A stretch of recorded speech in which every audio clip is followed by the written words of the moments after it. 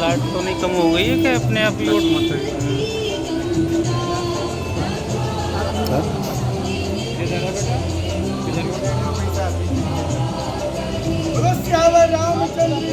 जय जय श्री राम, जय श्री राम, जय श्री राम।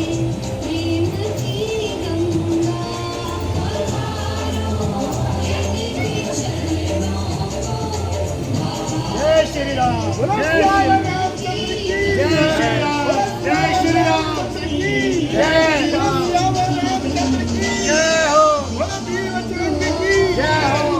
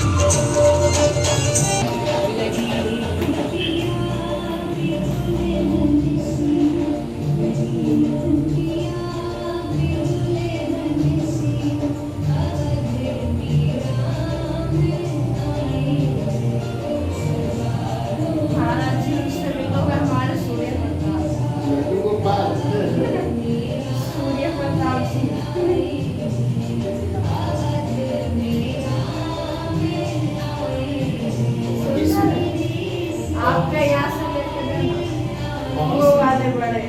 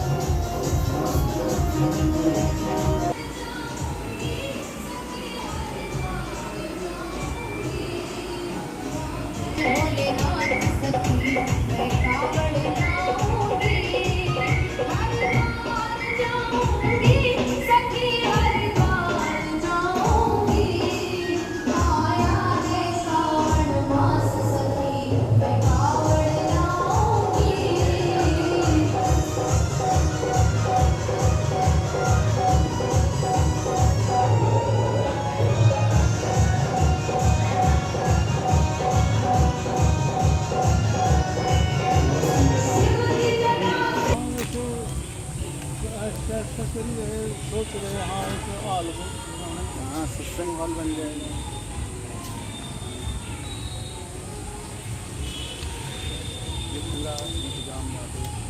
आदमी जी अपने कौन से संप्रदाय से हैं? कहाँ से? ये जो बलिया है ना आश्रम, तो इसी संप्रदाय से। सरस्वती भगवती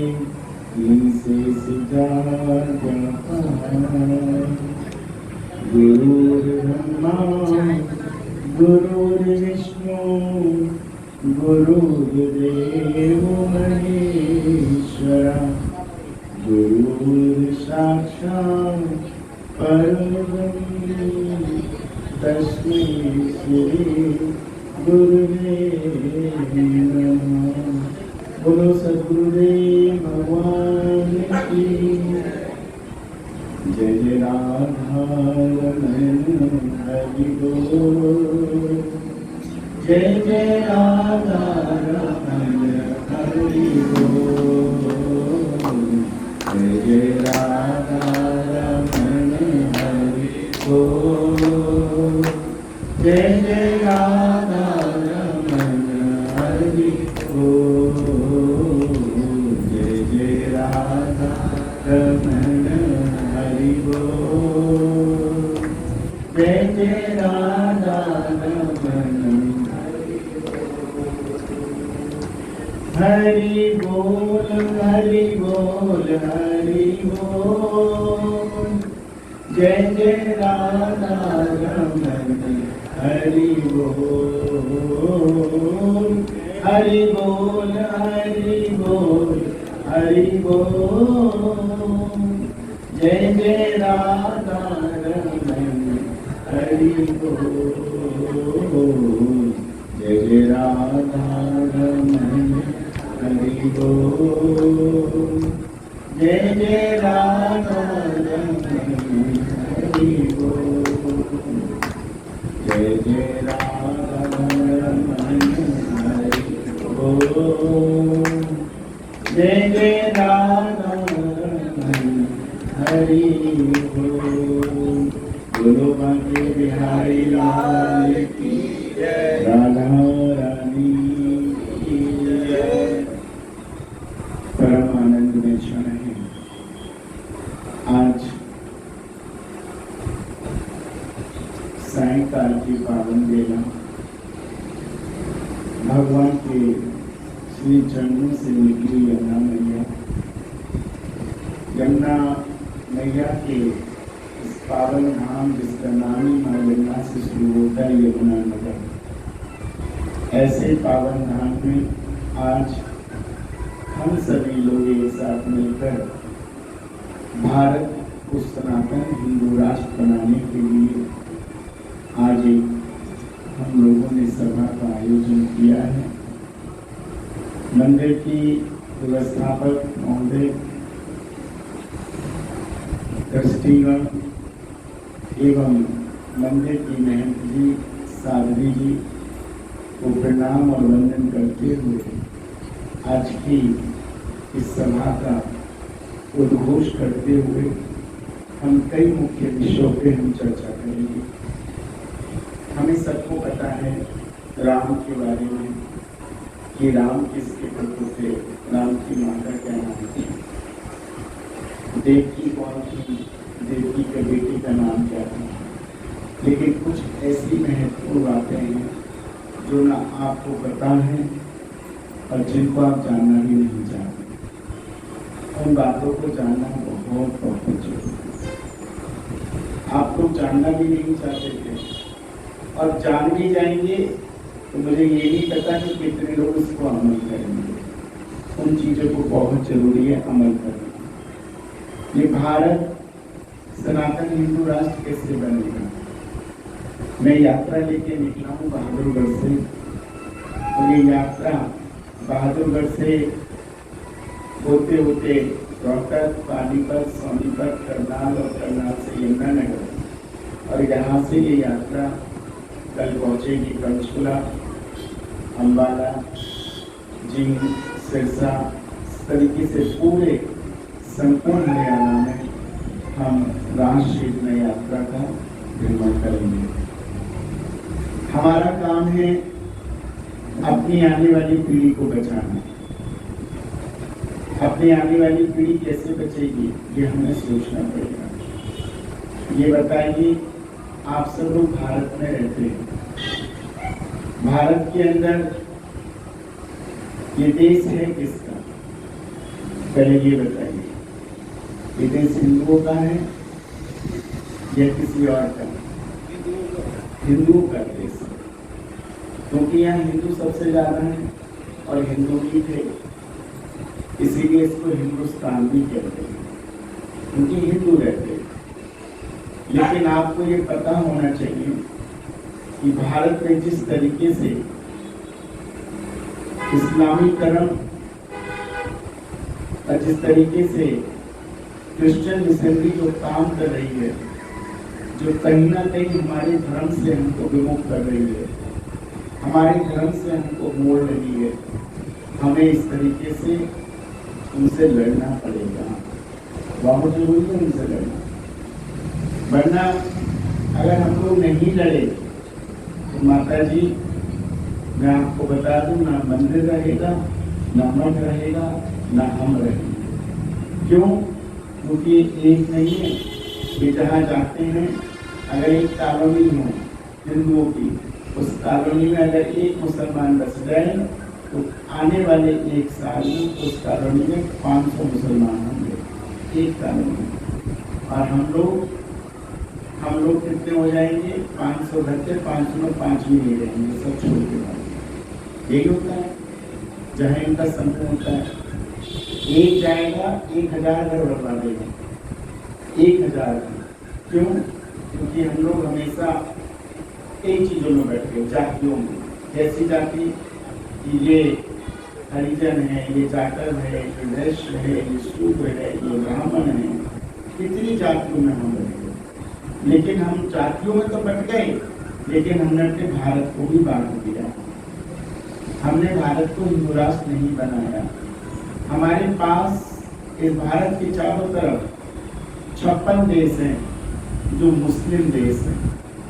जिस दिन इनकी संख्या ज्यादा होगी, आपको घर में से निकाल के मारेंगे और आप लोग यहाँ से भागोगे ना, तो कहाँ भागोगे?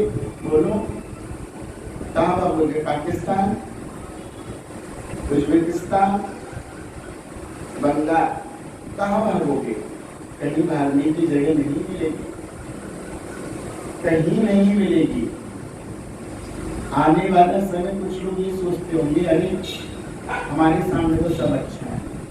ठीक है, आपके सामने अच्छा है, लेकिन आने वाला समय ऐसा बुरा आएगा, भयावह आएगा कि आपके बच्चों को अपनी जिंदगी ऐसी लगेगी कि हम कौन सी जिंदगी जी रहे हैं। हमारे पूर्वज अगर उस समय महामंडलेश्वर हृदयेश्वर नाथ जी की बात सुन लेते तो शायद हम ये इतना गंदा दिन नहीं देखते। और वो दिन आप लोग देखिए, मैं निश्चित तौर पर कह रहा हूँ, अगर आप लोग नहीं सुधरे तो, अपने सनातन धर्म को नहीं बचाया तो। आज के समय में साध्वी जी यहाँ अकेली लड़ रही है, ये कोई और नहीं, ये साक्षात लक्ष्मी है, दुर्गा है। तो आपने कोई आ तो जाए, दुर्गा बन के शिकार करने को तैयार है। और जब यहाँ बैठती है तो सरस्वती बन के बैठती है, क्या नदी गंगा बना रही है, आप सोचिए। लेकिन जब कोई बुरा समय आएगा तो दुर्गा बनने में पीछे नहीं हटी। क्यों? क्योंकि इसने पूरा अपना जीवन, अपना समर्पण किसको दे दिया? अपने सनातन धर्म को दे दिया, ईश्वर को दे दिया, साथ दे दिया। लेकिन हम लोग अपने धर्म की रक्षा कैसे करेंगे? मैं ये नहीं कहता कि आप साध्वी बन जाओ, मैं ये नहीं कहता आप महात्मा बन जाओ, लेकिन मैं ये कहता हूँ कम से कम प्रतिदिन आप सबको सुबह शाम मंदिर में आके जोत बत्ती करनी चाहिए। आपके साथ साथ आपके आस पड़ोस, आपके बच्चे, आपकी बहुएं, उनको भी मंदिर में आना चाहिए। लेकिन क्या होता है,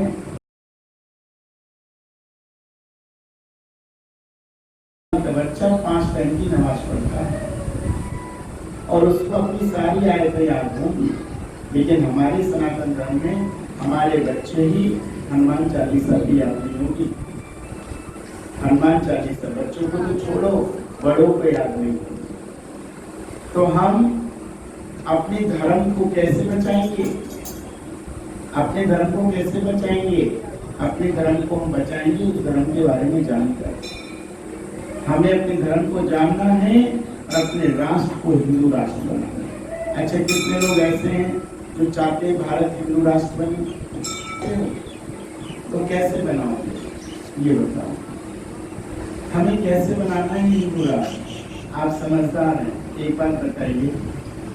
पहले के समय में माताएं कहती थी 10 बच्चे होते थे तो क्या कहती थी? हमारे 10 लाख तैयार हैं, बोलती थी।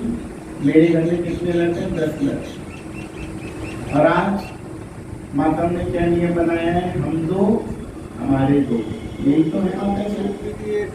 अब तो हम 2 हमारा 1, और अब वो भी छोड़ दो। सुप्रीम कोर्ट ने क्या कानून बना दिया? लिविंग रिलेशनशिप, मन करे रहो, ना मन करे छोड़ दो, बच्चे का कोई झंझट ही नहीं है ना माता जी। अब ये बताइए, क्या हमारे देश की संस्कृति है? क्या हमारे देश के सनातन में यही लिखा है? लेकिन हम लोग क्या कर रहे हैं? हम कैसे जानेंगे अपने धर्म को? आप बताइए। हम कहते हैं हम 2 हमारे 2, और ये कहते हैं हम 2 हमारे गिन लो। ये कहते हैं ना, हम 2 लेकिन हमारे गिन लो, जितने गिने जाए। और जैसे ये भारी हो जाएंगे और बढ़ जाएंगे तो आपको घर से निकाल के मारेंगे। कैसे? जम्मू कश्मीर में क्या हुआ था? जम्मू कश्मीर के अंदर उन बहन बेटियों के साथ गलत काम करने वाले कोई और नहीं थे, कोई पाकिस्तान के मुसलमान नहीं आए थे। आपके हिंदुस्तान के ही मुसलमान थे। और ये वो लोग थे जो हिंदुओं के घरों में, कश्मीरी पंडितों के घरों में उनके टॉयलेट साफ करते थे, उनके बाथरूम साफ करते थे, उनके घर में अनाज खेती किया करते थे उनके खेतों में। ये वही लोग थे जिन्होंने एक समय ऐसा आया बर्बरता का कि इन्होंने बता दिया कि हम कौन हैं। और इन्होंने ही जिनके घर में सेवइयां देते थे, जिनके घर के संग दिवाली और होली मनाते थे, उन्हीं की बहन बेटियों के साथ बलात्कार किया था। आपने अगर पिक्चर नहीं देखी हो तो कभी पिक्चर देखना। एक पिक्चर आई थी कश्मीर फाइल करके, आपको देखनी चाहिए वो पिक्चर। हम लोग आंखें बंद करके ये बड़े प्यार से अगर आपको कहें ना कि माता जी मैं आपको ये चीज़ ला के दे दूँ, तो आप लोग सोचेंगे अरे ये तो बड़ा प्यार है। अभी हमारे एक कैमरा मैन है, इन्होंने इनके यहाँ एक गांव में वृंदावन में एक है बच्चा, वो बोलता है राधे राधे। क्या बोलता है? राधे राधे। अच्छी बात है, राधे राधे बोलो, लेकिन उसका नाम है कुछ और, मतलब ही है मुस्लिम। उसका नाम क्या है? वैसे उसका नाम फैजल है। फैजल। अब आप सोचिए, उसका नाम है फैजल और उसने अपना नाम समाज में रखा है बंटी। अब आप ये बताइए, बोलता राधे राधे है।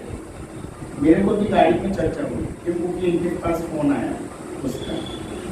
तो अब आप मुझे ये बताइए, अगर तुम फैजल हो तो अपनी आइडेंटिटी क्यों छुपा रहे हो?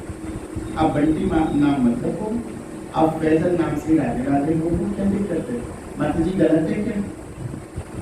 आप अपनी आइडेंटिटी क्यों छुपा रहे हो? आप मुसलमान हो ना, आप फैजल हो तो फैजल नाम ही रखो, लेकिन आप क्या करते हो? बंटी नाम रखते हो। अब बंटी नाम रख के वो क्या करेगा? किसी मुस्लिम लड़की को नहीं पटाएगा, नहीं पटाएगा, वो किसी हिंदू लड़की को ही शिकार बनाएगा। और हिंदू लड़की बन भी जाएगी, बनेगी माता जी? नहीं बनेगी, क्योंकि उसको ये पता है बंटी है। उसे क्या पता है इसका नाम फैजल। और ऐसी एक नहीं, न जाने कितने बच्चे हैं। अभी दो बेटियां थी पीछे बैठी थी, उठ के चली गई, उनको सुनना चाहिए ये सब चीजें। ऐसी एक नहीं कितनी बेटियां हैं जो लड़के अपना नाम लिखते हैं साहिल, राहुल, बंटी। सुनना होते हैं, अभी सुनाया आपको मैंने। लेकिन ये क्या होते हैं? जुनैद, अख्तर, नाम इनके कुछ और होते हैं और नाम क्या बताते हैं कि हम हिंदू हैं। हाथ में क्या बांधते हैं? कलावा। माथे पे क्या क्या लगाते हैं? टीका। और क्या करते हैं? अपनी हिंदू बेटियों को फंसाते हैं। और हमारी हिंदू बेटियां फंसाती क्यों? उनकी कलावा देखा हाथ में, नाम हिंदू का है, बात करता हमें और कुछ जानने की जरूरत नहीं। तो हम इनसे कैसे बचेंगे? ये हमको सोचना पड़ेगा, हमें होशियार रहना पड़ेगा। हम लोग इनकी मीठी मीठी बातों में आ जाते हैं। और यही हुआ था कश्मीरी पंडितों के हाथों। इन्होंने नाम भी नहीं बदले, ये तो जो थे वही थे, लेकिन इन्होंने क्या किया? सभी को कश्मीर से खदेड़ के फेंक दिया। आज कश्मीर में हिंदू नहीं है, कश्मीरी पंडित वहां नहीं है। अब आप सोचिए, तो सोचिए कश्मीरी पंडित जब कश्मीर से भागे तो दिल्ली और न जाने कितने बड़े बड़े शहरों ने उनको शरणागति दे दी, उनके डर के कारण। क्यों माता जी? कश्मीरी पंडित जब कश्मीर से भागे तो दिल्ली, हापुड़, बनारस, न जाने कहां कहां पूरे भारत में जगह जगह फैल गए कश्मीरी पंडित, शरणागति दे दी। अब आप सोचो, अगर आपके यमुनानगर में ये ऐसे करने लगे, कश्मीर जैसी हालत हो, तो आप कहां जाओगे? बोलो, भारत में अगर ये स्थिति बन जाए तो आप कहां जाओगे? सोचिए, विचार कीजिए। मैं इसलिए कह रहा हूं, अभी भी जाग जाओ, समय बाकी है।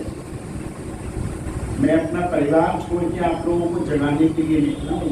सोचिए, फिर भी अगर आप लोग मेरी बात को नहीं समझे तो फिर क्या होगा? आदरणीय योगी आदित्यनाथ जी ने एक बहुत सुंदर बात अभी कुछ दिनों पहले कही। उन्होंने कहा कि जितने भी ढाबे हैं आपने सुना होगा न्यूज में कि जितने भी ढाबे हैं दिल्ली से लेके हरिद्वार तक के, ये सारे ढाबे पर पता है क्या नाम लिखा है? गणेश ढाबा, वैष्णो ढाबा, कान्हा ढाबा, गंगा ढाबा। ये आपको पता है किसके ढाबे हैं? ये सारे मुसलमान के ढाबे हैं। एक बार की बात है, गणेश ढाबे पर मैं जा रहा था तो हमारे शिष्य लोग हमारे साथ थे। उन्होंने हमसे बोला महाराज जी कुछ खाना पीना है। मेरा ठीक है खा लो। तो गणेश ढाबे पे हम लोग हो गए। बड़ी सी गणेश जी की फोटो लग रही थी, नाम लिखा था गणेश ढाबा। हमने कहा देखो मैं तो होटल का खाता नहीं, मैं तो घर का ही प्रसाद देता, आपको खाना है तो खा लो। उन लोगों ने खाया। खाने के बाद जब बिल देने गए तो उन्होंने स्कैन किया बारकोड, उसका मोबाइल से पेमेंट किया। जब बारकोड स्कैन किया तो उसमें लिखा वो अफजल ढाबा, अफजल नाम था जो गणेश ढाबा लिखा हुआ था। अफजल नाम से उसने पेमेंट की। मेरे पास भागता है महाराज जी तो अफजल लिखा हुआ है। मैंने कहा अरे ये तो मुसलमान का ढाबा है। तो हमने पूछे भैया इधर आओ किसका ढाबा है? बोले मुसलमान का। बोले गणेश ढाबा क्यों लिखा है? चुप, मुसलमान का लिख देंगे तो हिंदू आएंगे। अरे तो हमारी को डिपेंड करता है कि अगर आप मुस्लिम ढाबा लिखोगे हम आए या ना आए। क्या हिंदू का भी मुसलमान का नाम लिखता है? हिंदू तो नहीं लिखता, वो तो जो है सो लिखता है। तो इसीलिए योगी जी ने कहा अपनी आइडेंटिटी बताओ कि आपकी क्या आइडेंटिटी है। आप अपने ढाबे के बाहर जो आपका नाम है वही नाम से ढाबा रखो। अब अफजल है तो अफजल ढाबा रखो। अगर यमुनानगर की माता जी का मन करेगा ढाबे का खाने का, खाएगी नहीं? खाने नहीं खाएगी, अपनी घर आगे जाएगी। आप गलत क्यों कर रहे हो? धोखा क्यों दे रहे हो? अब आप माता जी धोखा क्यों देते हैं? क्योंकि ये कौम ही धोखेबाज है। बोलो नहीं है, नहीं है धोखेबाज, ये धोखेबाज कौन है? मैं बहुत सुंदर प्रवचन करता हूँ, श्रीमद् भागवत महापुराण करता हूँ, राम कथा करता हूँ, और आपको अगर सुनाने बैठता हूँ तो आप तक होगे नहीं। लेकिन मैं वो सुनाऊंगा कभी जब मौका आएगा। लेकिन अभी तो सुनाने आया हूँ, ये सुनना पड़ेगा क्योंकि रियलिटी है, वास्तविकता है। इससे लड़िए। अगर आप नहीं लड़ेंगे तो आपकी बेटी संदूक में बंद स्थिति में मिलेगी। तो अनेकों ने मिलती भी नहीं मिलती है, फिर आप सोचिए। तो हमें अपने राष्ट्र को बचाना है, इसी के लिए ये यात्रा निकली है ताकि आप लोगों को मैं जगा सकूं, आप लोगों को ये बता सकूं कि अपने आप को जानो। एक सूत्र है धर्मो रक्षति रक्षता। आपको पता है जब माता सीता वनवास में थी तो उनके दरवाजे पे रावण आया भेष बदल, और भेष बदल के सन्यासी का भेष बदला उसने, और आके माता सीता के दरवाजे पे बोला माता भिक्षाम दे। तो लक्ष्मण जी क्या करके गए थे? थोड़ी देर पहले लक्ष्मण रेखा खींच गए। अब माता सीता का कक्ष के अंदर थी, अंदर से पहाड़ जैसी बोला रावण माता भिक्षाम दे। तो माता ने सोचा अरे मेरे दरवाजे पे तो साधु आएगा, और साधु का मतलब है धर्म। जो साधु जी ने कपड़ा पहना हुआ इसको धर्म कहते हैं। त्रिपुर में लगाना, भगवा पहनना, ये धर्म है। बोले मेरे दरवाजे पे धर्म खड़ा है, और जब धर्म खड़ा है तो धर्म को खाली कैसे जाने दो? तो उन्होंने क्या किया? मर्यादा की लाइन को उल्लंघन कर दिया। मर्यादा को बड़ा नहीं समझा, धर्म को बड़ा समझा, क्योंकि धर्म होता ही बड़ा है। तो धर्म की रक्षा के लिए मर्यादा की लाइन का उल्लंघन करके माता सीता ने रावण को जो भी घर के अंदर फल फूल था वो जैसी लेने चली, और तुरंत रावण ने अपना भेष बदल लिया। और जैसी भेष बदला, और जब रावण ले गया माता सीता को तो रास्ते में जटायु राज है, पुत्री की रक्षा करनी है। और जैसी रक्षा करने चले रावण को अपने पंखों से मार रहे थे तो रावण ने अपनी तलवार से जटायु के दोनों पर काट दिए, और जटायु राज जब नीचे गिरने लगे तो बोलने लगे हे पुत्री मैं असहाय हो गया, अब तुम्हारी रक्षा कौन करेगा? ये तो बताओ पुत्री। माता सीता विलाप कर रही थी तो माता सीता ने कहा पिताश्री आप चिंता ना करें, जिस धर्म की रक्षा के लिए मैंने मर्यादा की लाइन का उल्लंघन किया है, वही धर्म मेरी रक्षा करेगा। जिस धर्म की रक्षा के लिए मैंने मर्यादा की लाइन का उल्लंघन किया, वही धर्म रक्षा करेगा। और वो धर्म कौन है? वो धर्म है संत हनुमान। वो धर्म कौन है माता जी? कौन है? हनुमान। क्योंकि हनुमान जी विप्र रूप धरे हनुमाना, बैठा नगर सुने भगवान। हनुमान जी महाराज ब्राह्मण का उदाहरण करके विभीषण के यहाँ पहुंचे थे। आप सोचिए, लंका में जब हनुमान जी प्रवेश किए तो किसका रूप रखे? ब्राह्मण का। तो संत के वेश में हनुमान जी ने जाके रावण की कुटिया को तहस नहस कर दिया, रावण के महल को। और माता सीता के लिए प्रभु श्री राम को बताया कि माता सीता ऐसे ऐसे हैं और आप जाके उनको बचा लीजिए। तो संत का ही काम है, संत की जिम्मेदारी है कि धर्म की रक्षा करे और धर्म की रक्षा करे। अब मैंने ये भगवा पहना है, मैं भगवा पहना हुआ संत हूँ। अब भैया एसी तो मुझे भी अच्छा लगता है, ठंडा ठंडा पानी पियो, पड़े रहो एक बढ़िया से एसी में आराम से। क्या जरूरत है लोगों को जगाने की? क्या जरूरत है अपनी नींद खराब करने की? सुबह 4 बजे से चलते हैं, रात को 10 बजे तक सोते हैं। सुबह से एक घूंट पानी भी नहीं पिया, पूछो साध्वी जी बैठी है, व्रत है 15 नवंबर तक, चतुर्मास का। शाम को भोजन प्रसादी जो भी होगा, जब ये खिलाएंगे तब खाएंगे। अभी तो भूखे हैं, अभी तो भूखे हैं। लेकिन आप सोचिए, भूख प्यारी नहीं है, लेकिन अगर मेरी जगह आप होते तो आपको भूख प्यारी होती, धर्म जाए भाड़ो।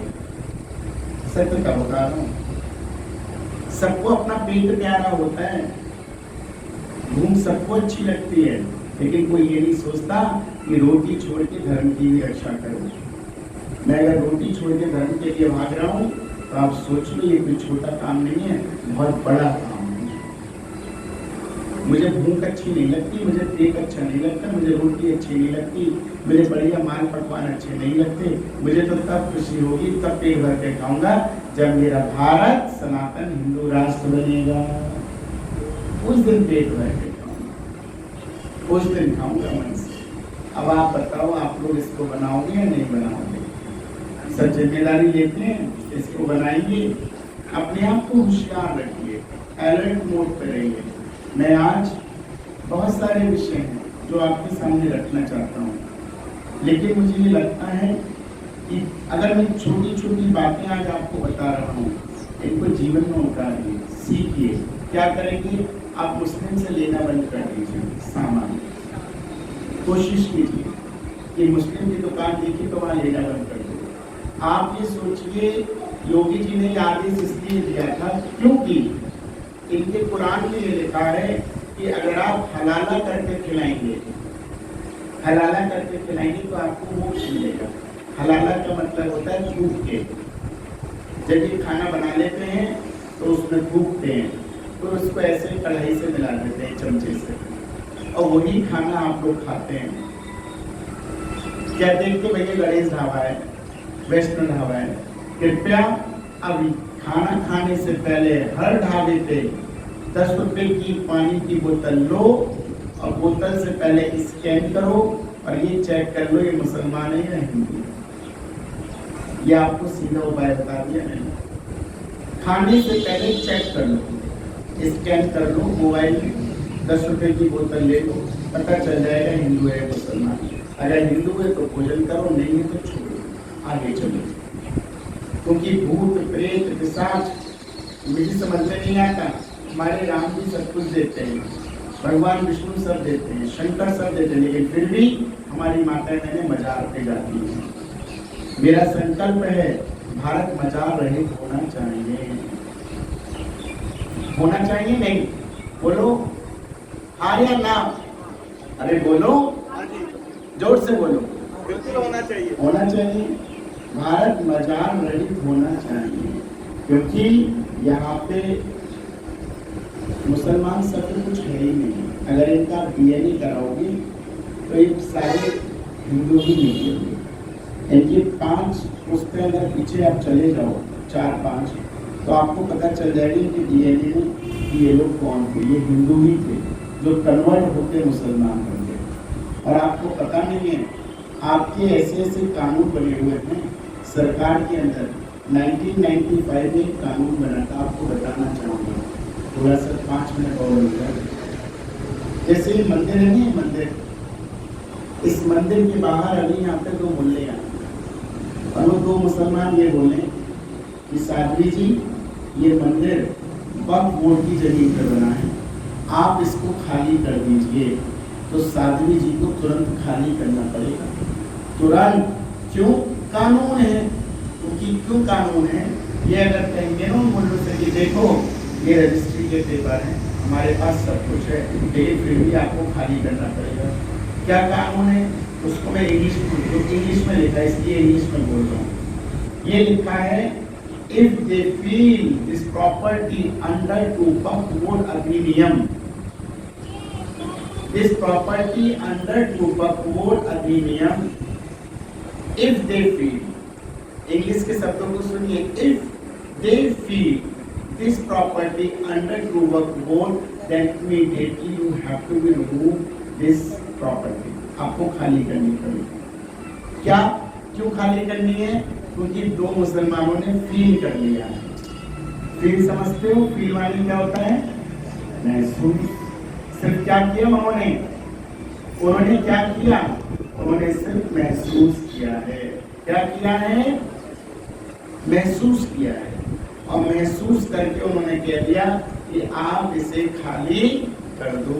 और उसमें ये भी लिखा है नीचे, आपको बताऊं कानून में, कि you cannot apply in High Court and Supreme Court। अगर उन्होंने कह दिया, उन्होंने ये कह दिया कि प्रॉपर्टी वक्फ बोर्ड के अंदर है तो है, और अगर आपने अपनी एप्लीकेशन लगानी है तो आप हाई कोर्ट में नहीं लगा सकते, आप सुप्रीम कोर्ट में नहीं लगा सकते। क्यों? क्योंकि रूल नहीं है। तो उन्होंने नीचे एक लाइन और लिखी है, क्या? कि अगर आपको इसको प्रूव करना है तो आप वक्फ बोर्ड में ही जाइए, वही प्रूव करेंगे कि ये प्रॉपर्टी आपकी है या नहीं। मतलब किसके पास जाना है? मुसलमानों के पास, टोपी वालों के पास, अपने हक के लिए, आपके अपने मंदिर के लिए। सोचिए, आप एक बार साउथ जाके तो देखिए, साउथ के अंदर सारे हिंदू कन्वर्ट हो गए, सारे हिंदू या क्रिश्चियन बन गए या मुसलमान बन गए। डर के मारे क्या करेंगे? छोड़ा नहीं जा रहा है, पूरा साउथ खाली हो चुका है हिंदुओं से। और वहां पे ये कानून बहुत अच्छी तरह चल रहा है, और हर रोज एक मंदिर का वहां कब्जा होता है। हर रोज मंदिर पे कब्जा होता है, घरों पे कब्जा होता है। एक बार नोएडा में हमारी शिष्य थी, घर की पुताई कराने के लिए पुताई वाले से कह रही थोड़ा ढंग से पेंट कर, तो सब्जी वाला बाहर खड़ा था, कबाड़ी वाला। तो बोला माता जी से, माता जी थोड़ा और अच्छा कराओ पेंट, बढ़िया वाला कलर डलवाओ। तो हमारी बहन जी बोलती है, क्या तुम्हें क्या मतलब है मैं कोई सी पेंट करूँ, तुम चलो आगे। अरे माता जी मैं इसलिए कह रहा हूँ कि आने वाले 10 साल बाद हम ही इस घर में रहेंगे। ये कौन कह रहा था? ज्योति वाला। अब आप समझ लीजिए, 10 साल के अंदर जितनी इनकी संख्या बढ़ेगी। अब देख लो, हमारी भारत की संसद में आपने सुना होगा, हमारी भारत की संसद में एक मुसलमान सांसद है, ओवैसी। उसने पता है क्या बोला? जय फलस्तीन, भारत माता की जय नहीं बोला। क्यों भैया? भारत में खाते हो, भारत में रहते हो, सरकार की सैलरी ले रहे हो, सांसद की बनने के बाद। सुनिए, अब भारत की प्रॉपर्टी पे रह रहे हो तो भारत माता की जय बोलने में तुम्हें आपत्ति है, और जयकारा किसका बोलो? फिलिस्तीन का। तो जाओ ना फिलिस्तीन। अभी आपने नाइजीरिया ने कहा था, मुझे याद नहीं आ रहा, हमास का जो एक मरा है, एक वहाँ का प्रधानमंत्री कोई मरा है कोई, जो तो इजराइल में जब उसके लिए शोक मनाया जा रहा था, तो इजराइल के प्रेसिडेंट ने, आप ये सोचिए, राजदूत को भगा दिया इजराइल से, बोले चले जाओ, यहाँ पे उसका शोक मनाने की आवश्यकता नहीं। लेकिन हमारे भारत में कोई भारत माता को बोले भारत तेरे टुकड़े होंगे इंशाअल्लाह इंशाअल्लाह, और आप जैसी सब माताएं तालियों में रहती हैं, हम बहुत बड़ी होते हैं, बोले दो, हमें कोई परवाही नहीं है। क्यों? क्योंकि हमको तो आदत है सुबह को दूध बढ़िया सब घर में आ जाएगा, पतिदेव कहेंगे मैडम चाय, तो गरम गरम चाय आ जाएगी, मैडम नाश्ता, तो नाश्ता आ जाएगा। लेकिन हमें इस बात से कोई मतलब नहीं है कि भारत तेरे टुकड़े होंगे, इंशाअल्लाह इंशाअल्लाह। ऐसे लोगों को हम खुद परमिशन देते हैं, हम सड़क पे आके उनके लिए आवाज नहीं उठाते। उठाते हो आवाज? नहीं उठाते। हर घर से आवाज उठनी चाहिए कि हमारे भारत के टुकड़े करने वालों, और कितने टुकड़े करोगे आप सोचो। इसलिए माताएं, अगर भारत के टुकड़े करने वालों के सब कुछ करोगी तो जीवन में याद रखना कुछ नहीं मिलना। हम ये कहते हैं, इंडिया की जब क्रिकेट की, आप लोग क्रिकेट देखते हैं, जब इंडिया की क्रिकेट की टीम हारती है तो भारत के मुसलमान क्या करते हैं? बोलो, ताली बजाते हैं, पटाखे छोड़ते हैं, बोलो जोर से बोलो। पटाखे छोड़ते हैं। क्यों? क्यों? पाकिस्तान नहीं, अरे लेकिन रहते तो भारत में हैं, फिर क्यों पटाखे छोड़ते ये बताओ। उनको भाई मानते हैं। ये बात, क्योंकि पाकिस्तानियों को भाई मानते हैं और तुमको काफिर मानते हैं। क्या मानते हैं? काफिर। आपके लिए वर्ड है उनके पास काफिर, आप उनके भाई नहीं हो। इसलिए याद रखो, जातियों में बंटना बंद करो। भगवान विष्णु ने 4 अंश बनाए अपने शरीर के, 4 भाग किए। ऊपर का ब्रह्मांड, ये क्षत्रिय, ये वैश्य, ये शूद्र। अब भगवान ये कहते हैं भैया मेरे पैर काट दो, तो भगवान चल पाएंगे? भगवान ने मेरे हाथ काट दो, भगवान खा पाएंगे? भगवान ने मेरा प्लेट निकाल के बाहर रख दो, कहाँ जाएगा उनका दाना पानी? आप सोचो, लीवर सिस्टम सब खत्म। अब भगवान के मेरा सर काट दो, तो भगवान सृष्टि कैसे बनाएंगे, कैसे चलाएंगे? तो ये चारों अंग भगवान के हैं और भगवान में ही हैं। भगवान ने भेदभाव नहीं किया तो हम क्यों भेदभाव करते हैं? कहते हैं जात पात छोड़ो और भारत से नाता जोड़ो। जात पात छोड़ो और भारत से नाता जोड़ो और भारत को सनातन हिंदू राष्ट्र बनाओ। कृपया करके मेरी बात अगर समझ में आ रही हो तो मेरी बात को गांठ बांध लेना। मेरा काम तो यहाँ जगाना है, कल पंचकुला पहुँचूंगा, फिर अम्बाला पहुँचूंगा। मेरा काम तो राम जी की तरह करना है। राम जी ने 14 वर्ष का वनवास किया था, है ना? कितने वर्ष का वनवास था और किस लिए था ये भी बता दो। राम जी 14 वर्ष के वनवास पे क्यों गए? बोलो। नहीं, क्यों गए? काम किया, क्या किया उन्होंने वनवास में जाके? धर्म की स्थापना की, अधर्म का नाश कर। बहुत सुंदर। और क्या किया उन्होंने? बैठ के मालपुए खाए सीता जी के साथ जंगल में। क्या किया उन्होंने? दुष्टों का नाश। बोलो, नाश करा। दुष्टों का नाश किया। तो इसीलिए उनकी यात्रा सनातन धर्म की रक्षा के लिए थी।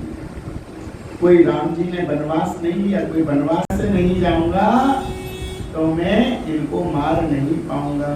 तो ऐसी भारत के टुकड़े करने वाले जो जिहादी हैं, इनको खत्म करना ही पड़ेगा, जो भारत को तोड़ना चाहते हैं। इसलिए याद रखो कि आपका देश भारत हिंदुओं का था, हिंदुओं का है और हिंदुओं का रहेगा। इतना धीरे।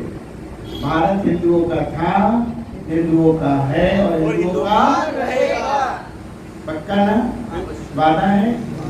बस मैं यही चाहता हूँ, अपने भारत को प्रेम करो, इसको संरक्षित करो। भगवान ने ये कहा है, एक भगवान की बात बताता हूँ। यहाँ सब माताएं बड़ी अच्छी रहती हैं, सबका भाव बहुत अच्छा है। भगवान ने कहा कि मुझे कौन लोग हैं जो मुझे बहुत अच्छे लगते हैं। भगवान को कैसे लोग अच्छे लगते हैं? सुन लीजिए। निर्मल मन जन सो मोहि पावा। मुझे कौन अच्छे लगते? अच्छा, मुझे अच्छे कौन नहीं लगते? मोहि कपट छल क्षेत्र ना खावा। जो छल कपट करते हैं वो मुझे अच्छे नहीं लगते। तो आप कैसे लगते हो भगवान को? अच्छे, क्योंकि आपका मन कैसा है? निर्मल, पावन, पवित्र पावन मन है। तो अपने मन को सुंदर बना के रखो, क्योंकि भगवान के पास जब शूर्पणखा आई थी ना, तो बहुत सुंदर बन के आई थी, लेकिन भगवान राम ने शूर्पणखा की ओर देखा भी नहीं। क्यों नहीं देखा? सुंदर की ओर देखना चाहिए था। उसके पास सुंदर क्या था? तन या मन? तन सुंदर, और भगवान क्या देखते हैं? मन। एक मुंह में दांत नहीं, पेट में आंख नहीं, 3 जगह से टेढ़ी, झाड़ू लगा रही थी, भगवान की प्रतीक्षा कर रही थी, और भगवान ने उसे बुलाया नहीं, और भगवान खुद उसके पास पहुंच गए। वो कौन थी? क्या नाम था उसका? नाम था सबरी। तो उसके पास क्या तन सुंदर था या मन? ये बताओ। माता जी क्या सुंदर था? मन सुंदर था। तो आपका मन अगर सुंदर होगा तो भगवान आपके पास स्वतः चल के आएंगे। याद रखिए, इसलिए अपने मन को सुंदर बनाओ, निर्मल मन होना चाहिए। और विशेष बात, आपके समक्ष हनुमान जी महाराज बैठे हैं, आप एक हनुमान जी का दर्शन कीजिए। ये हनुमान जी साधारण हनुमान जी नहीं है। काशी की गंगा में जब मेरी राम कथा चल रही थी काशी में, तो एक संत थे जिनकी उम्र तकरीबन 200 वर्ष की थी। 2014 की बात बता रहा हूँ। तो जब मैं वहां पे पहुंचा तो उस संत को देखा मैंने कि बीच गंगा की धारा में हनुमान जी को लेके स्नान करा रहे थे, डुबकी लगा रहे थे।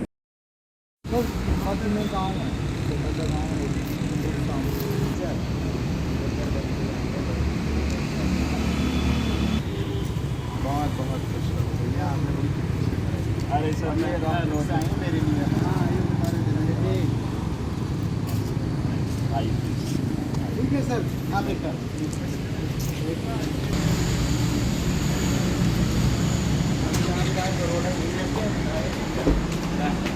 आम आदमी पार्टी से आइए सर। ये तो नहीं है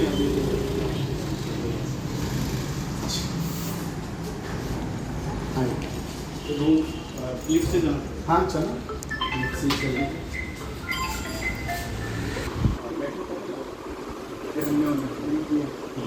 महाराज जी आप तो आइए, लेकिन